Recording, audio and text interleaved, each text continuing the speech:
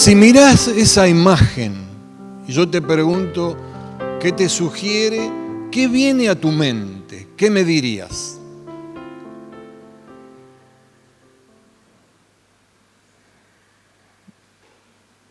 ¿Cuántas opiniones juntas?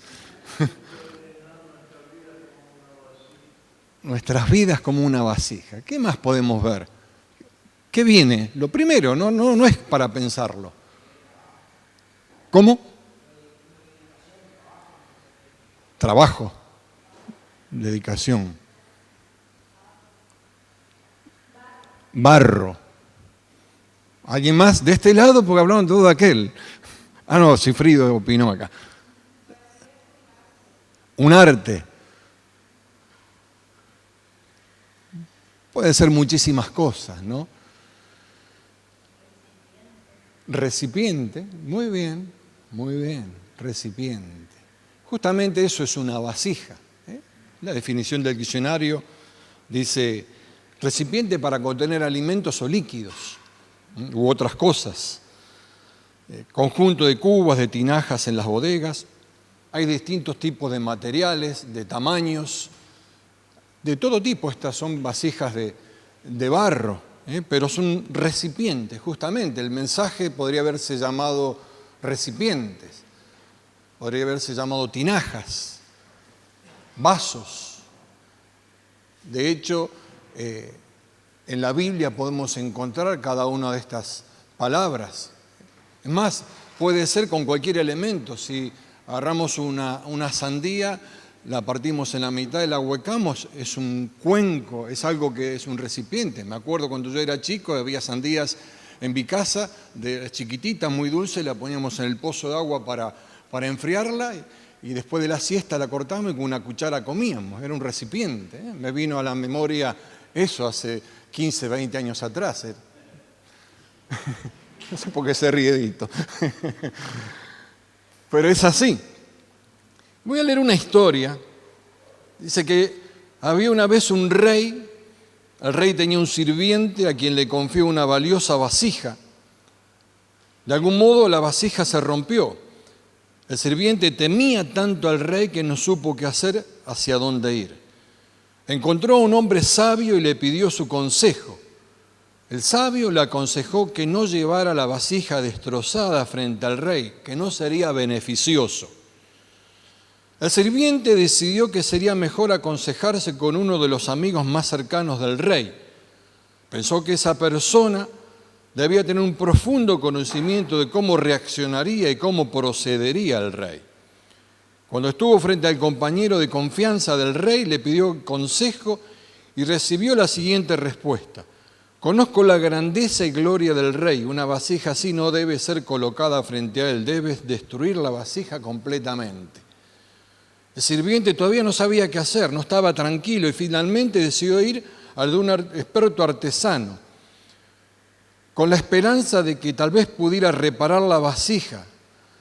Fue y le dijo el artesano, incluso si lograba repararla, seguía viéndose dañada, y dado que seguiría viéndose dañada, no sería apropiada llevársela al rey.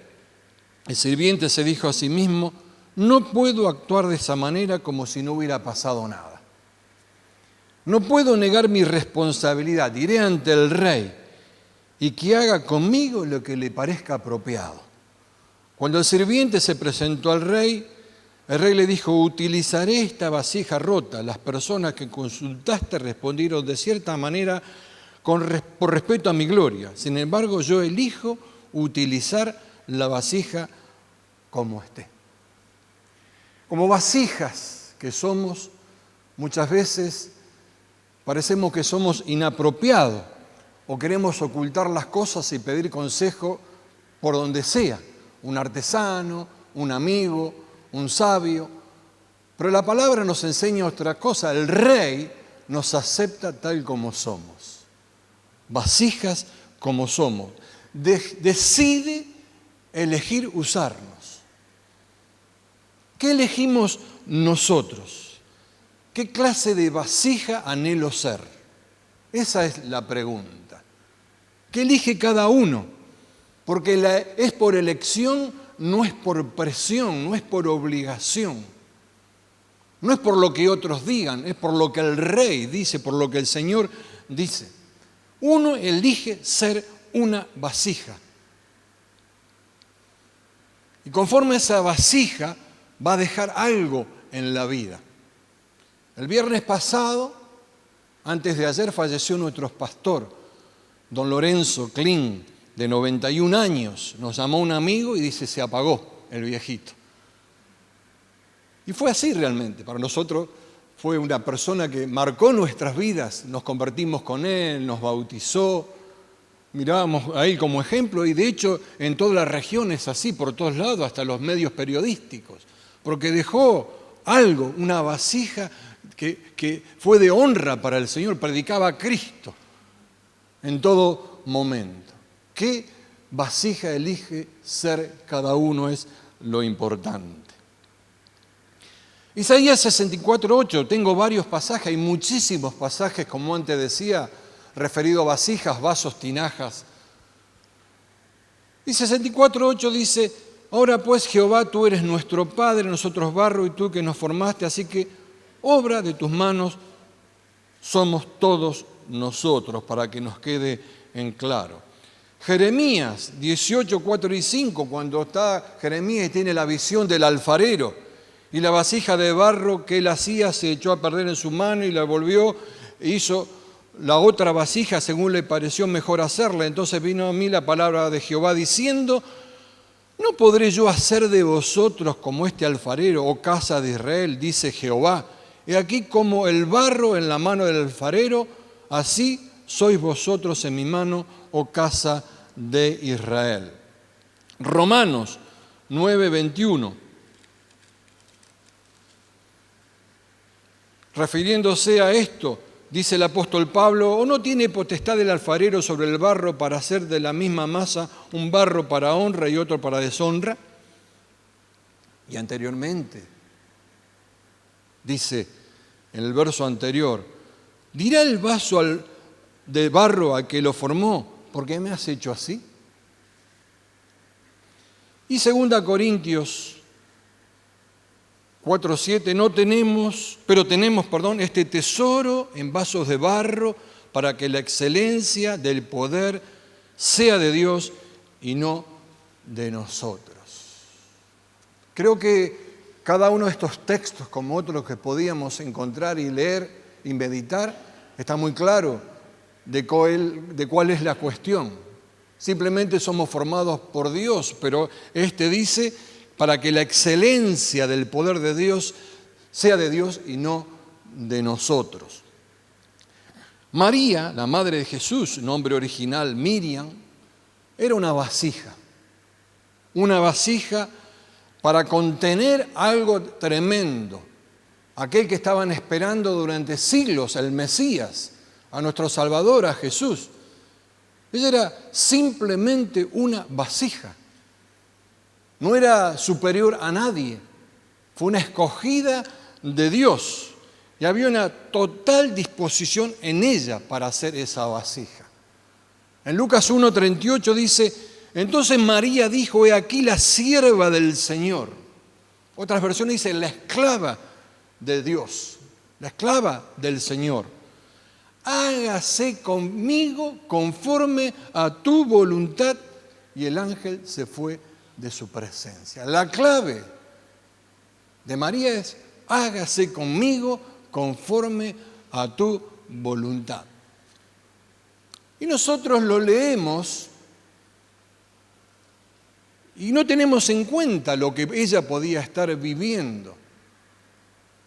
En esa sociedad de ese tiempo, era difícil ser una mamá soltera. Hoy no. Pero era muy difícil ser una mamá soltera, tan difícil que podría haber sido despreciada, lapidada, apedreada y nunca tenida en cuenta.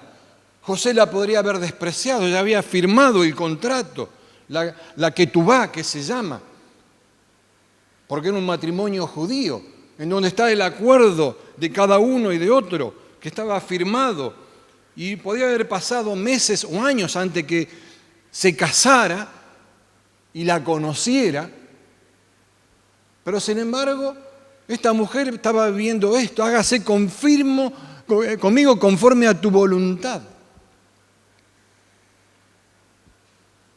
¿Cuántos años tenía Miriam o María en ese tiempo? ¿Cuántos creen que tenía? No, hagan una apuesta. ¿Cuánto? A ver, ¿quién da menos? Más acertada es Marta. 15, 16, algunos comentaristas dicen 13, 14 años.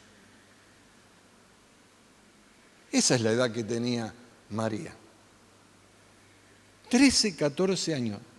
16 como mucho, pero más coincidencia con la edad, menos edad. Hay que tener en cuenta que la expectativa de vida en ese tiempo no era más de 40 años, no como hoy que es de 80. Las condiciones sociales eran totalmente diferentes, sin embargo ella dice: hágase conmigo conforme. Esta palabra significa: aquí estoy 100% enfocada. Totalmente enfocada en lo que Dios le estaba diciendo por medio del ángel. Lo mismo que había respondido Abraham en los momentos cruciales en su vida: aquí estoy, Señor.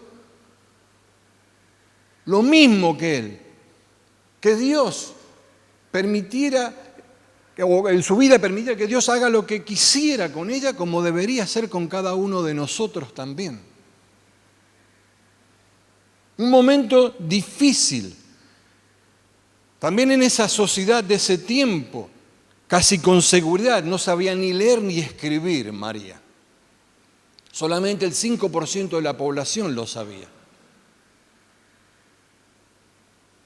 Pero sin embargo, Nazaret era un lugar económicamente fuerte y ella venía de una familia sacerdotal.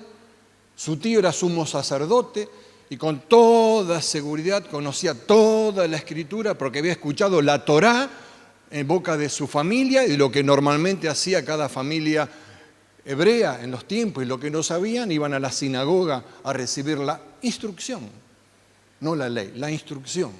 Entonces conocía de las profecías que había sobre el Mashiach que esperaban, el Mesías. Conocía.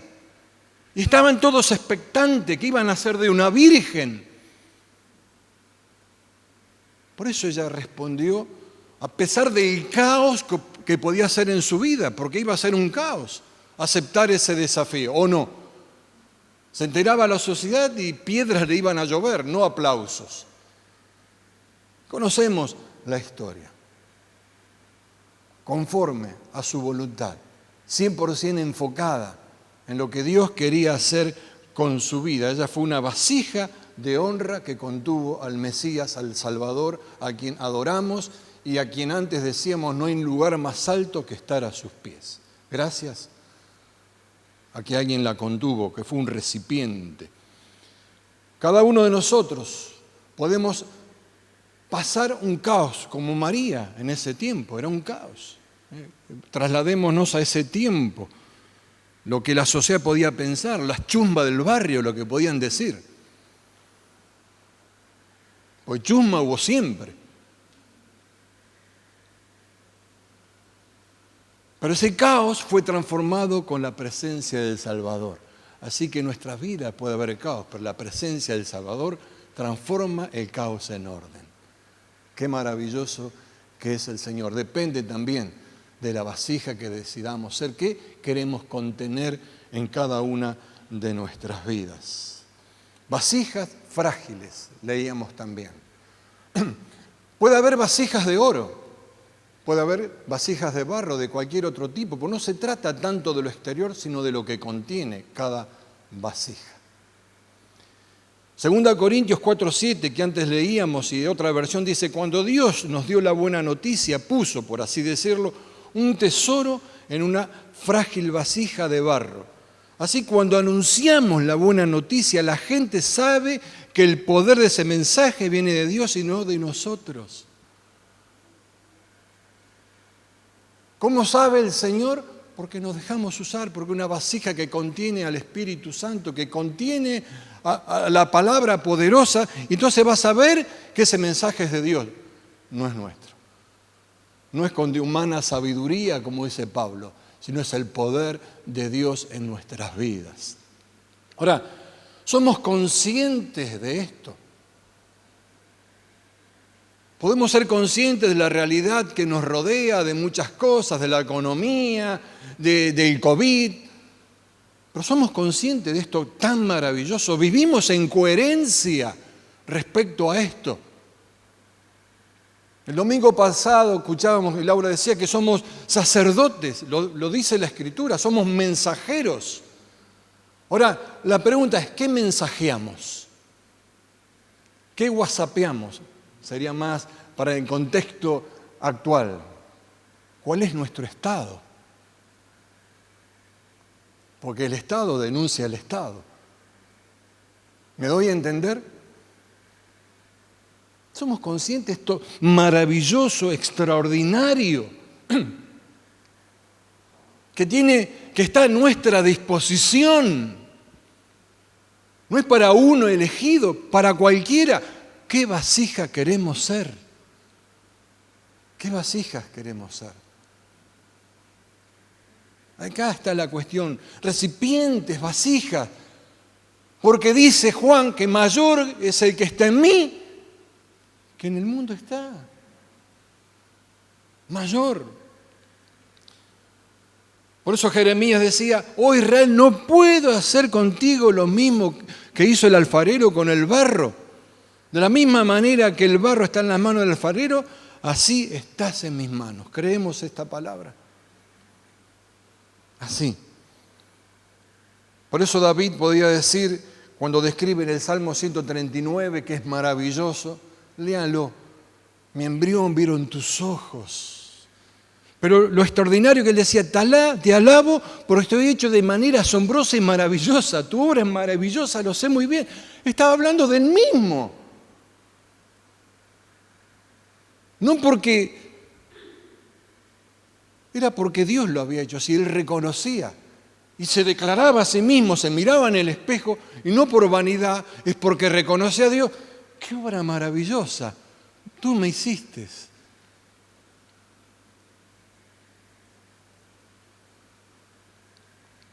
Vasijas frágiles, pero también vasijas útiles, funcionales.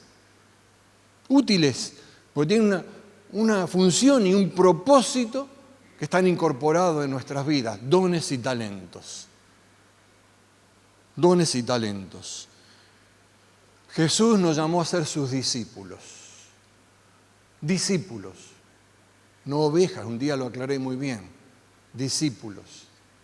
La gran comisión es, vayan y hagan discípulos, para caminar como caminó Él, como hablar como Él habló, para ser representantes de Él. Cada uno puede llegar a cierto tipo de gente. Uno llega a un tipo de gente, otros a otro tipo de gente, porque de eso se trata, porque se trata de las relaciones. No se trata de ir y predicar y condenar. Yo a veces veo en las redes las condenaciones que hay, mamma mía. Madre mía es español, como dice Laura, yo mamma mía es italiano. Y es terrible, porque no es por miedo. La gente que llegó por miedo vive con miedo. ¿Me doy a entender? La gente necesita más miedo, más presión. Antes lo mencionaba, la gente vive con pánico. Quizás algunos no lo noten, pero aquí no verás mismo pánico. Con el COVID es terrible. Y con tantas otras cosas que soy, que la economía, que este gobierno, que el otro gobierno, como si se tratara de gobierno de hombre. La gente necesita palabras de fe, palabras de amor, palabras de aliento. Hablar del Señor. Y si hay una vasija disponible, será el recipiente de las buenas nuevas y su vida será transformada y dirá, eso es lo que yo necesito. Así de simple en el principio. Por eso simplificamos aún hasta la palabra. Creemos que entendemos todo y no entendemos nada. Si fuera tan simple, leíste una vez, 2 veces la Biblia es suficiente. ¿Por qué lees una y otra y siempre encontrás algo maravilloso y extraordinario? Porque la palabra es viva y eficaz. Vasijas funcionales. Una vasija útil expresa amor de Dios, lo que está en su corazón. En Segunda Reyes, el capítulo 4, tenemos los versículos al principio donde relata esta viuda que su marido había sido profeta, porque es viuda, se murió y la dejó endeudada. Tenía muchas deudas, estaba afligida. Ahí cuando Elías multiplicó el aceite. Y él le dice, ¿cómo puedo ayudarte? Preguntó Eliseo. Dime, ¿qué tienes en tu casa? No tengo nada. Siempre tenemos algo. Siempre tenemos algo. No tenemos nada, mentira, siempre tenemos algo. Solo un frasco de aceite de oliva, contestó ella. Entonces Eliseo le dijo, pídele a tus amigos y vecinos que te presten todas las jarras vacías que puedan. Luego ve a tu casa con tus hijos y cierra la puerta, vierte las jarras, el aceite de oliva que tienes en tu frasco y cuando se llenen ponlas a tu lado. Estaba afligida, amargada, angustiada, porque en ese tiempo para cobrar las deudas te sacaban los hijos para venderlos de esclavos. ¿Te imaginas eso? ¿Quién se imagina que te saquen un hijo para que lo vendan de esclavo? Y hoy cuando ocurre tanto esos hechos repugnantes de gente sin alma, sin corazón, que secuestran niños y desaparecen, yo solo mencionarlo y pensarlo se me revuelve todo. Me agarra el viejo hombre y de ganas de explotarlos a todos. Ah, pastor, ¿cómo dice eso? Para que nos imaginemos lo que vivía esta mujer. Pero sin embargo ahí está el profeta de Dios y conocemos la historia que el aceite se multiplicó, pero ¿qué pasó? Dejó de fluir, dejó de haber aceite porque no trajeron más recipientes. El problema no era de Dios. El problema no era la escasez de aceite. El problema fue que no fue a buscar más recipientes que contengan la presencia de Dios, de eso se trata. Por eso no tenemos que dejar de dar, debe ser constante el dar en nuestras vidas, porque nunca va a escasear en nuestras vidas lo que Dios tiene. Nunca va a escasear. Mientras más demos, más tendremos para ser vasijas útiles y funcionales en nuestras vidas. Pero también hay vasijas de honra. Segunda Timoteo 2:20, 21 dice, en una casa grande no solo hay vasos de oro y de plata, sino también de madera y de barro, unos para usos más nobles y otros para los usos más bajos. Si alguien se mantiene limpio, llegará a ser un vaso noble, santificado, útil para el Señor y preparado para toda buena obra. Las vasijas de honra tienen ver con lo que Dios quiere manifestar a través de nuestras vidas, las riquezas de su gloria. Ah, pero yo no puedo, yo no tengo, yo no sé. Te voy a leer otra historia. Voy a encontrar historias interesantes que describen este tipo de cosas. Un cargador de agua o un aguatero tenía 2 grandes vasijas que colgaban a los extremos de un palo y que llevaba encima de los hombros. Una de las vasijas tenía varias grietas, mientras que la otra era perfecta y conservaba toda el agua. Al final del largo camino a pie, desde el arroyo hasta la casa de su patrón, pero cuando llegaba a la vasija rota solo tenía la mitad de agua, la otra completa. Durante 2 años completos fue así cada día. Desde luego, la vasija perfecta estaba muy orgullosa por sus logros, pues se sabía perfecta para los fines para los que fue creada. Pero la pobre vasija agrietada estaba muy avergonzada de su propia imperfección y se sentía miserable, porque podía hacer la mitad de todo lo que se suponía que era su obligación. ¿Se entiende?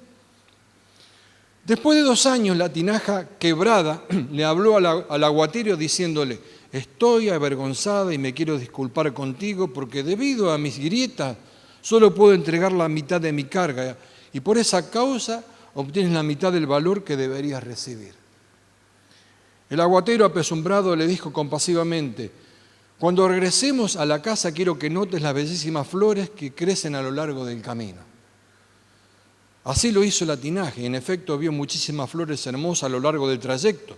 Pero de todos modos se sintió apenada hasta el final.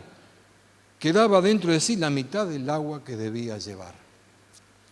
El aguatero le dijo: ¿te diste cuenta de las flores que solo crecen de tu costado del camino? Siempre he sabido de tus grietas y quise sacar el lado positivo de ello. Sembré semillas de flores durante todo el largo del camino, durante todo este tiempo, por el lado que vas, y todos los días las he regado por 2 años. Yo he podido recoger estas flores para decorar mi casa. Si no fueras exactamente como eres, con todos y tus defectos, no hubiera sido posible crear esta belleza. Vasijas de honra. Vasijas de honra. Una vasija de honra es estar dispuestas a ser cargadas por el Señor, estar dispuestas a ser guiadas por el Señor. Dispuestas. Porque Dios sabe de nuestras imperfecciones. Él decide usarnos igual. Todo depende de lo que queremos contener como vasijas. Todo depende de eso. Y por último, vasijas que transforman. Vamos a Juan capítulo 2, un pasaje muy conocido por todos, las bodas de Caná. Dice: al tercer día se hicieron unas bodas de Caná de Galilea y estaba allí la madre de Jesús. Y fueron también invitados a las bodas Jesús y sus discípulos. Y faltando el vino, la madre de Jesús le dijo: no tienen vino. Jesús les dijo: ¿qué tienes conmigo, mujer? Aún no ha venido mi hora. Su madre dijo a los que servían: haced todo lo que él dijere.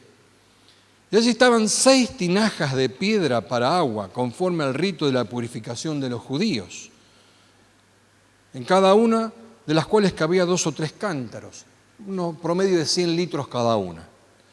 Jesús le dijo: llenad estas tinajas de agua. Y las llenaron hasta arriba, hasta el borde, dice la mayoría de las versiones.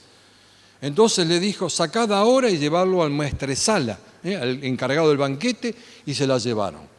Cuando el encargado del banquete probó el agua hecha vino sin saber él de dónde venía, aunque los que servían sí sabían, los que sirven siempre saben lo que el Señor quiere. Interesante. Que había sacado el agua, llamó al esposo y le dijo: todo hombre sirve primero el buen vino y cuando ya han bebido mucho, entonces el inferior. Mas tú ahora has reservado el buen vino hasta ahora. Este principio de señales hizo Jesús en Caná de Galilea y manifestó su gloria, y sus discípulos creyeron en él. Qué interesante, ¿no? Jesús no pudo haber creado el agua de nada. Estaba vacío. No era necesario que diga: vayan y llenen de agua las tinajas. Pero siempre Dios quiere que hagamos algo nosotros. No viene todo de arriba. ¿Me doy a entender? Pudo haber hecho, porque Él es Jesús. Punto. Aparte, tenemos que saber que esta agua en vino que convirtió, el agua en la palabra es símbolo de sí misma. El agua es símbolo de la palabra en la Biblia. Si eres quien te da de beber, le pedirías si Él te daría agua de vida que salte para vida eterna, porque es la palabra encarnada. Ahora, tinaja llena hasta el borde. La palabra hasta el borde. ¿Hasta cuándo tenemos que estudiar la Biblia? Hasta el borde. Hasta el borde. ¿Por qué dejar de estudiar? Antes dije, algunos creen que saben todo. Y no sabemos nada, porque cada día descubrimos cosas nuevas, hermosas. Ahora, llévenselo al encargado, porque la palabra hay que llevársela a alguien. No hay que guardarla hay que llevarla hasta alguien. La multiplicación viene. Ahora, a mí me sorprendió algo que leí recién este último versículo. Cuando vemos los evangelios, Mateo, Marcos y Lucas, tienen un orden cronológico de lo que van relatando, que casi coinciden. Mateo y Lucas relatan los 3 años y pico, casi medio del ministerio de Jesús. Marcos parece un poco más apurado, apresurado, cuenta las cosas como si el ministerio hubiese durado 1 año, pero todo cronológicamente. Ahora, Juan no. Juan es totalmente diferente. Juan era otro tipo de persona, era de los esenios, un poco místico, no místico como se entiende en estos tiempos, sino de estudiar mucho más la palabra, no porque los otros no supiesen.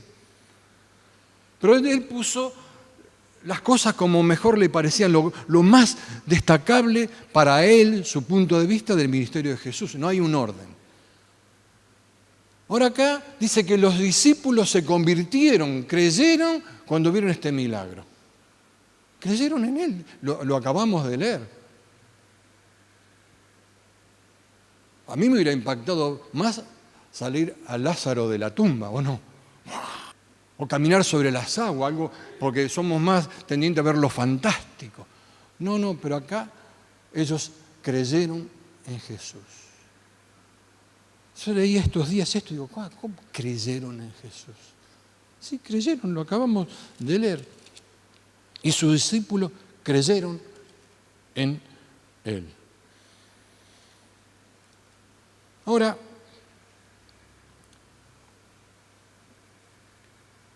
cuando vieron el vino creyeron, que eran todos borrachos. Pero hay cosas que uno va descubriendo. Y está el secreto de la palabra, por eso no sabemos todos. Hay cosas para hacer vasijas que transforman, ¿no? En el mundo físico sabemos que es el vino, pero en el mundo espiritual es otra cosa. Símbolo de alegría. Para el judío era eso, un símbolo de alegría. Pero esta palabra en el hebreo es la palabra yajin y significa secreto. Vieron el secreto, tomaron del vino, del secreto, los discípulos. Tomaron de ese secreto que está guardado en la palabra de Dios para hacer vasijas que transforman. No repetir como loro, sino lo que Dios tiene para cada una de nuestras vidas. Es para nuestras vidas también, comenzar a descubrir eso en nuestras vidas y ser esas vasijas que transforman a la gente. Para terminar, en Hechos 2, los discípulos lo tomaron como que estaban como borrachos. Le decían, parecen borrachos. Y eran las 9 de la mañana.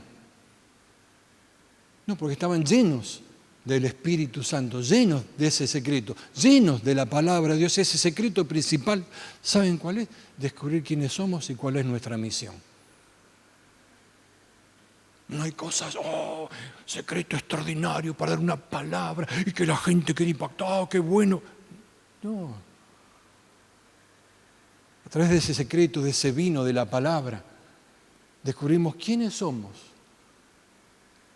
¿Qué contengo como vasija? ¿Cuál es mi misión? ¿Cuál es tu misión? ¿Qué clase de vasijas queremos hacer? Y tal fue así que Pedro predicó y se convirtieron 3.000 personas. ¿No fue así? La primera que Pedro comenzó a hablar sin meter la pata y sin herir a nadie, porque siempre era un bocón, ¿o no? Ni Jesús se le había convertido a 3.000 personas. No era su objetivo. Además, lo rechazaron, los mismos discípulos lo negaron, ¿o no? Pero sin embargo, porque se cumple lo que la Escritura dice, aún mayores cosas haremos. Ahí ya lo tenía Jesús. Se los había enseñado, aún mayores, y lo estaban experimentando en ese tiempo. Aún mayores cosas haremos. Todo depende de qué clase de vasija queremos ser. ¿Qué queremos contener en nuestras vidas? Podemos contener un montón de cosas. Y algunas tan buenas. Pero contener la palabra, contener los secretos del Señor, descubrir quiénes somos, descubrir cuál es la misión. No importa que estemos agrietados, seremos vasijas de honra también. Pero acordate que somos vasijas frágiles delante del Señor. Amén. Vamos a cerrar nuestros ojos.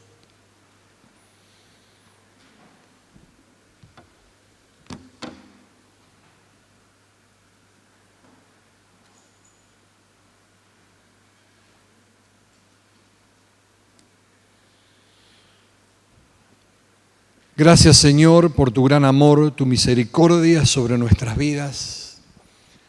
Gracias, Señor, por tu palabra tan grande, maravillosa, extraordinaria, incomparable. Gracias, Señor, porque haces maravillas en cada una de las personas que están dispuestas a ser vasijas.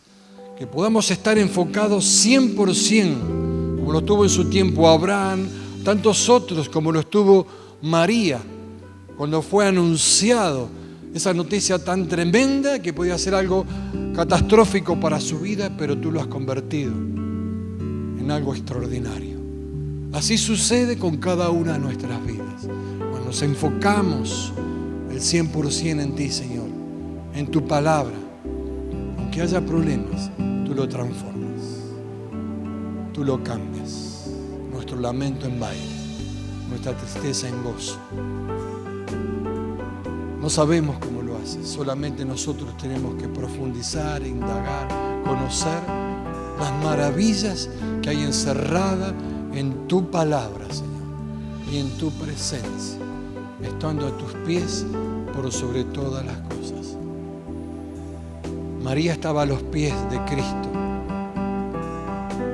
porque necesitaba aprender y como maestro enseñaba. Estar a sus pies es aprender más de lo que tienes. Gracias, Señor, por cada uno de los hermanos aquí presentes. Gracias por cada familia. Señor, que podamos tomarnos de tu palabra y elegir ser vasijas que contienen ese tesoro extraordinario. Parece que el poder tuyo sea manifestado a nuestro alrededor. En el nombre de Jesús. Amén y amén. Dios te bendiga, que tengas una buena semana.